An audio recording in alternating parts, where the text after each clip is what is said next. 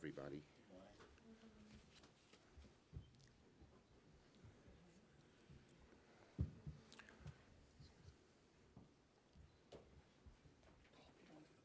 Okay, good morning, everybody. First, I want to say a brief word about the horrific accident at DCA. I've been briefed on it, and I'm continuing to monitor the situation. Our hearts go out to everyone who was impacted by this horrific incident at DCA. We're praying for the victims, the families, and our brave responders, first responders, as we monitor the situation. But I have to tell you, I just watched President Trump's news conference. Listen, it's one thing for internet pundits to spew off conspiracy theories. It's another for the President of the United States to throw out idle speculation as bodies are still being recovered and families still being notified. It just turns your stomach. Now to the issue at hand.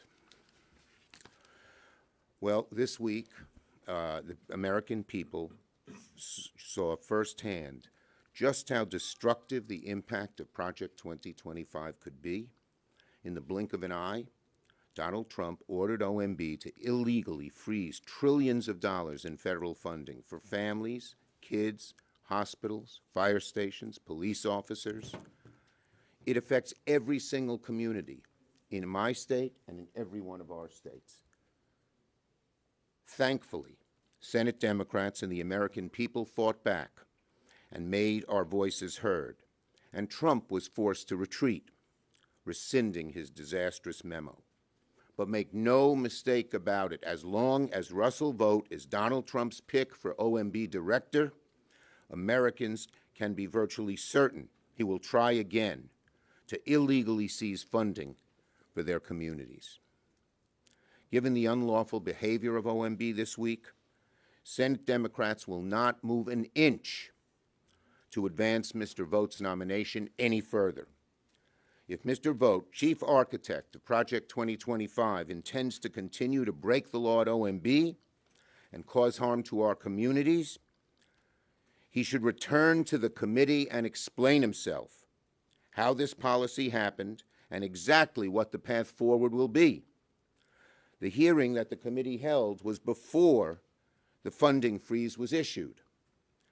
And the future of our hospitals and our schools and our food banks and our law enforcement should not be in the hands of an ideologue who substitutes the rule of law with his own ultra-right ideology. That's the risk of elevating someone like Russell Vought. Vought was evasive in his hearing when asked about the funding freeze, but his actual plan was put on full display this week. What he told the committee and what he did were opposites. And that's why what he did was so gross, so devastating, so dumb. Mr. Vought needs to return to the committee to give the American people some honest answers, or at least some comprehension as to what the hell happened this week and what the plan is moving forward. So, I fully support the committee's decision not to participate in this sham process. I salute Senator Merkley for his leadership and strength on this issue, and all the members of the committee for agreeing. The real solution, of course, is for President Trump to just drop Vought's nomination altogether. If confirmed, he's going to become baggage, certainly for the American people, but also for the administration, as this week's incident has made so clear. What happened this week should be a lesson to President Trump that following Russell Vought and Project 2025 is a loser for America, but also a loser for Donald Trump. He had to backtrack with his tail between his legs. Mr. Vought will be the architect of more losing for President Trump. So, in conclusion, though the Trump administration failed in this tactic, it's no secret that they will try to find another. And when they do, I promise you that our Budget Committee, led by Ranking Member Merkley, and that Senate Democrats will be there to call it out, fight back, and defend American families. Senator Merkley, and I thank the members of the committee for inviting me to come today. Thank you very much, Mr. Leader, and we all together are holding the families affected by the tragedy at Reagan National Airport in our hearts. But we stand here now to convey a very important message to America, that Mr. Russell Vought is dangerously unfit to serve as director of OMB. He is a threat to our democracy. He is the brains behind the dead of night directive that destroyed all these programs for families across America. We on the committee asked for a 2-week extension to explore these issues. We directed specific questions to Mr. Vought, and he has chosen not to answer those questions. With the committee deciding, the majority deciding to hold the vote now, at this moment, as private room off the floor of the Senate chamber, we're here to say that is not okay. This nomination is so troubling that certainly the discussion between the public, between the members of the committee, should be held in public. And we should benefit from each other's concerns and perspectives before a vote is held.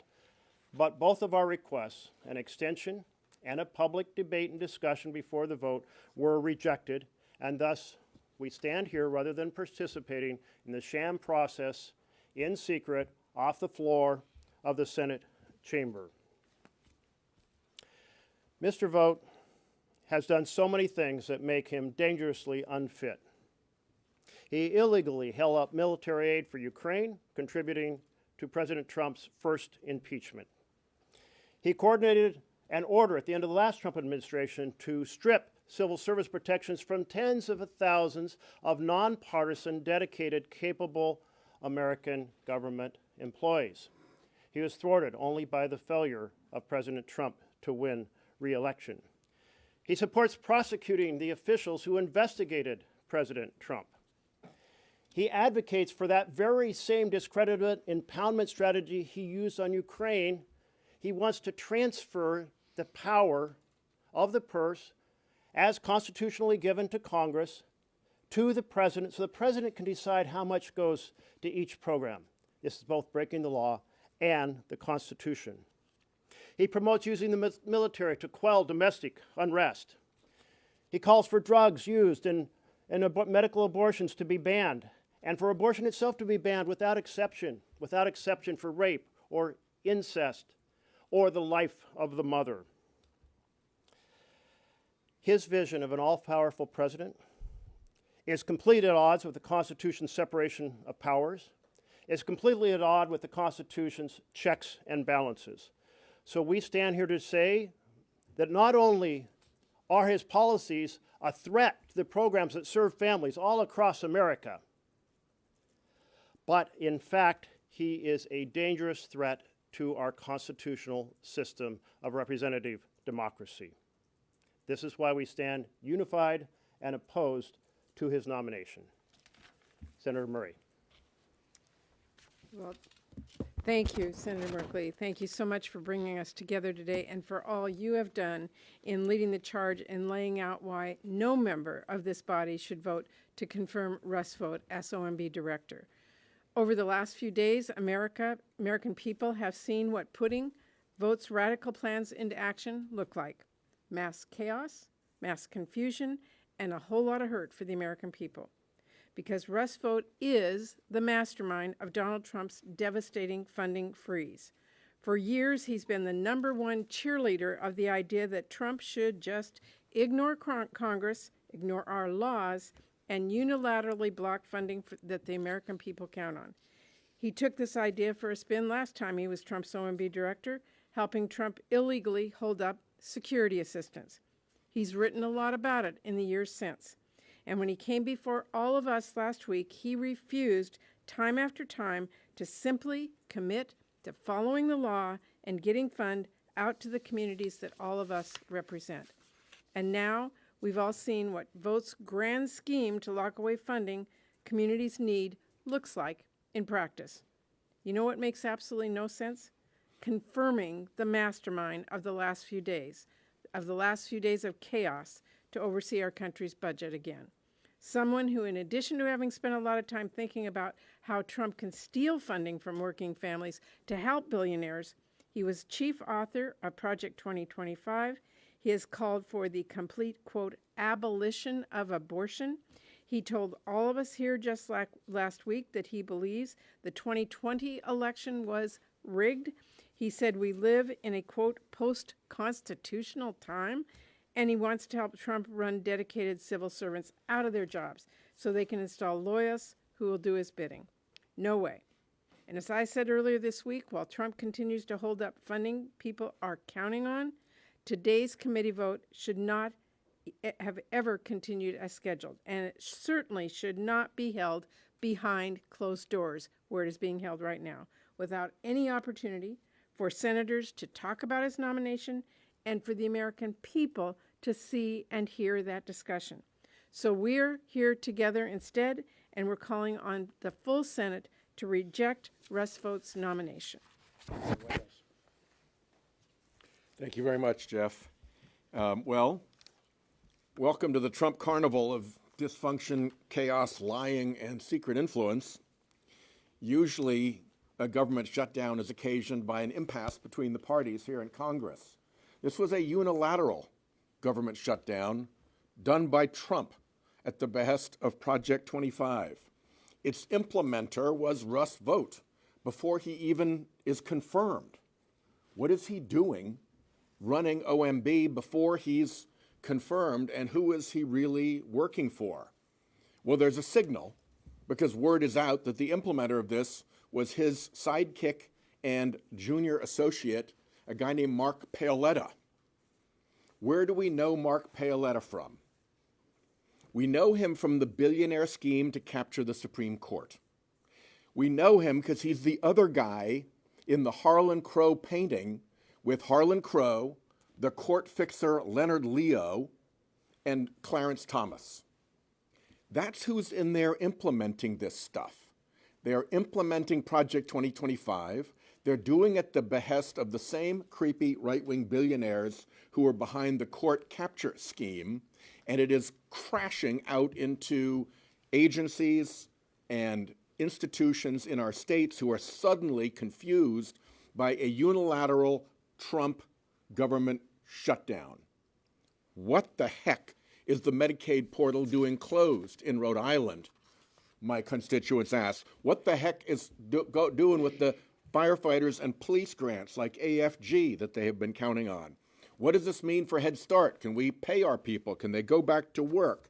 Sojourner House, a domestic violence shelter, wanted to know whether it could take in women who are coming to seek their services. Our community health centers were wondering about taking appointments from people who had scheduled appointments. And an issue really important to many of us is dealing with addiction prevention and recovery. And again, those institutions didn't know what to do, and everybody was put into a scramble and a panic.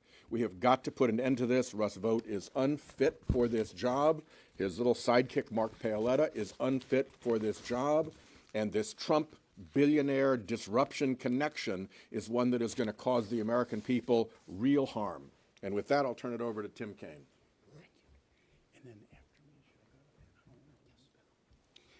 Well, thank you all. My mind's sort of somewhere else today, but I'll just say two things. In the hearing that we had with Russ Vought, one of the things I questioned him about was a statement that he made, such an unusual statement, that he wanted to put the federal workforce into trauma. Those were his words.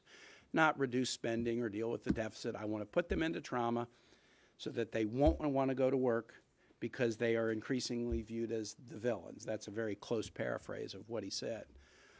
And we wondered, and I asked him, do you want air traffic controllers to, be in trauma and not want to go to work? And he said, oh, of course not, Senator. But it wasn't just an expression of gleeful cruelty toward the federal employees. Now this bogus buyout thing has been put on the table, because if you take steps that make them all worried about their work and that they're going to get fired, and then you offer them some apple like you might get on Halloween that's probably got some razor blades in it, maybe they'll take it. But we just did a bill to try to bulk up the nation's air traffic controllers because we've been short of air traffic controllers, and now a Russ Vought strategy is to traumatize the federal workforce. That lands particularly hard with me this morning. Second thing, just one example, and all of us have been, dealing with our own agencies, but I found this particularly kind of cruel. Head Start programs.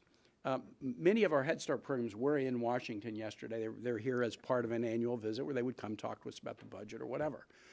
My Head Start programs came in and talked to me. When the order came out, these are programs that receive federal funding. When the order came out, the order was so poorly written that they didn't know exactly what it meant. And so they did what they would naturally do. They called their federal program officer to ask questions. Phone calls not answered. They sent him emails not responded to.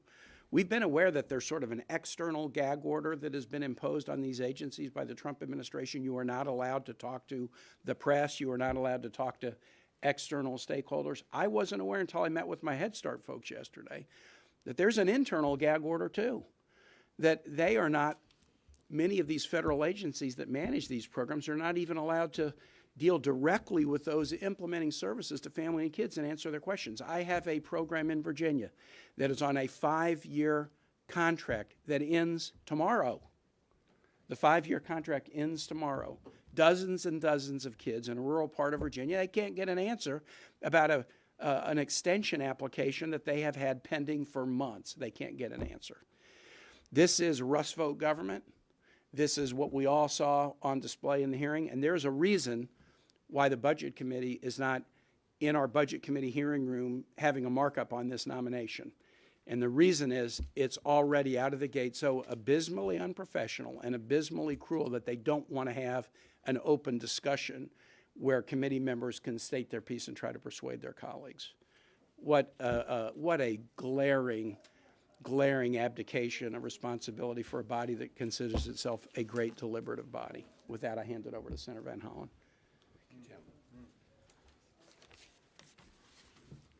Well, thank you, Tim. I do want to begin with the terrible collision that occurred at Reagan National. And our Virginia is really, and Maryland is a partner with Virginia. We've already gotten word that a number of Marylanders have died, along with people from all parts of the country.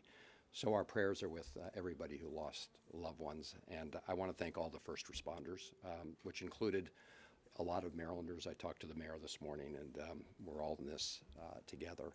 And so I was outraged. I was just watching the president's remarks recently, and it was just grotesque the way he immediately politicized this terrible tragedy.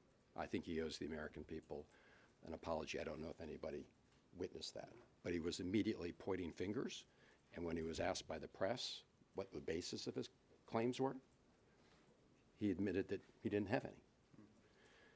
And it's just part and parcel of what we're witnessing across the board for the last 10 days. And I want to thank Senator Merkley, the ranking member of Budget, for bringing us here today and saying that we're not going to be complicit in a behind-the-scenes vote on a very consequential nominee, Russ Vought, who is unqualified and unfit to head the OMB. In addition to the statements he made about merit-based federal employees, saying he wanted to put them in trauma, he has also made clear that he won't commit to following the law. At the hearing, Senator Murray asked him about compliance with the Impoundment Control Act, which is a way to really enforce our constitutional architecture and separation of powers and Article 1. He refused to comply, so I gave him another chance. In fact, I've got the transcript right here. My question ended, will you comply with the Impoundment Control Act? Question mark. Answer, Senator, the president ran against the Impoundment Control Act. So we went on. I said, well, if you want to propose amendments to the Impoundment Control Act, that's your prerogative.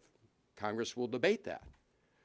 But he refused to do it. So make no mistake, what happened Monday night with this across-the-board freeze on really important resources for our local communities, that was not by accident. That was by design. That was done by people in this administration, starting with the president, who don't want to follow the law and refuse to comply with the Impoundment Control Act. You don't get to cherry pick the law, right? Presidents don't get to say, okay, I'm going to support these programs in this part of the law, but I'm going to oppose those. I'm just going to enforce the parts of the law that help the richest and wealthiest people in the country, but forget about everybody else in the country. You don't get to do that as President of the United States. And this is part of a pattern, and I'll end with this, because Russ Vought was the director of OMB during the first Trump administration. And at that time, you may recall, they withheld military support for Ukraine, funds that have been duly appropriated by the Congress. And so I wrote to the GAO at the time and asked them a simple question. Was Russ Vought and the Trump administration in violation of the Impoundment Control Act? And I got back a letter on January 8th, 2020, and here's the operative line. We conclude that OMB violated the ICA. So here we go again. The same guy who was found to have violated the law in Trump 1 is now being put up to be the head of the same agency, OMB, in round 2. And he is going to violate the law. He all has pretty much admitted it. And the American people and communities around the country are going to suffer because of that. So I'm joining my colleagues today to really warn the country that putting Russ Vought there is not only going to result in violations of the law, but violations of the law that will result in hurting the American people. And I want to introduce Senator Lujan. Thank you. Hi, everyone. Thanks for being here today. I want to especially thank Senator Merkley for his leadership here in bringing us together. You've heard it from several of us already. The chaos, the confusion, that's all across America right now because of what happened Monday night. And when the White House thought they were cleaning things up later in the week by rescinding a memo, only to be followed by, well, the executive order is still in place. More confusion, more chaos. I've been on the phone with constituents from every corner of New Mexico, as my colleagues have said over and over, from every corner in America, Democrats and Republicans, farmers, ranchers, opioid treatment, victims of natural disasters that don't know what's happening. Yesterday, I had a similar conversation with folks that were here to talk about Head Start, trying to make payroll. Systems that they normally use, those portals to be able to get everything done, weren't accessible. And then later in the day, a switch was flipped on somewhere to say, no, you could do this thing. Everyone tries to crash the system at the same time. What's going to happen? I mean, this is hitting regular people all over America. This is hurting folks. It's just not right.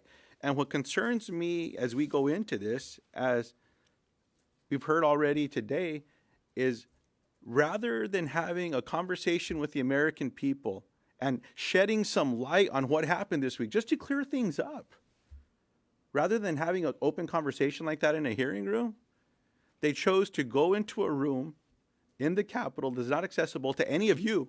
None of the press were invited. The American people were left out of the room. That's only going to create more chaos and more confusion while they're trying to get the person in who, through my line of questioning with this budget hearing, while Mr. Vought time and time again refused to ask questions of my colleagues about Project 2025 or the foundation that he founded as to what it was about or why he was in the hearing room, he owned it when I asked the question, why did you found this group? He said it was to get President Trump ready with the next 4 years and to develop the documents to be able to put these budgets together. Go back and look at the transcript. There should be no confusion about what he is up to and what he is doing. He did it when he was the OMB director before. He's doing it now. And now there's more reporting that while he is not a federal employee, He has not yet been sworn in, has not been confirmed into this important position that he helped put this thing together. What's going on? There's a lot of alarm here, a lot of questions, a lot of confusion, and it should not have been difficult for our Republican colleagues to work together in a bipartisan fashion to give a few more days for this hearing to take place and be honest with the American people, because that's all people want across the country. They just want to know what's going on. They don't need to be confused. They don't need this chaos. And again, think about all those victims and these natural disasters, people who lost everything. In New Mexico, we had the largest fire in our state's history 3 years ago. Isn't it hard enough on these families dealing with the trauma that they're already going through than to try to figure out if 3 years later they're going to be able to get the funds that they were promised to make themselves as whole as possible? But yet, another sleepless night. This is just not right for the American people. So I pray to God that my Republican colleagues can right this wrong. It just doesn't seem like they're willing to do it. Another colleague that has been working hard to provide support to his families as well, also stricken with a natural disaster in the state of California, Senator Alex Padilla. Thank you, Senator Lujan.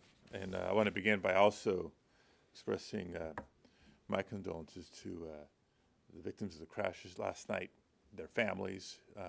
Over the coming days, we'll hear the names and we'll hear the stories of those that have perished. And yes, Senator Lujan, it comes at a time where we're still grappling with the impacts of these unprecedented and devastating fires, plural, in the Los Angeles region. And I think that couldn't underscore the stakes here anymore. In a time of crisis, when people turn to not just local leadership, but to their federal government to be there for them, it is unconscionable that in those moments there's efforts to promote funding freezes, hiring freezes, and in so many ways go back on our fundamental obligations to our constituents and to the American people. The past few days have been anything but business as usual. I agree. This is an attempt at a one-man government shutdown brought to us by President Trump.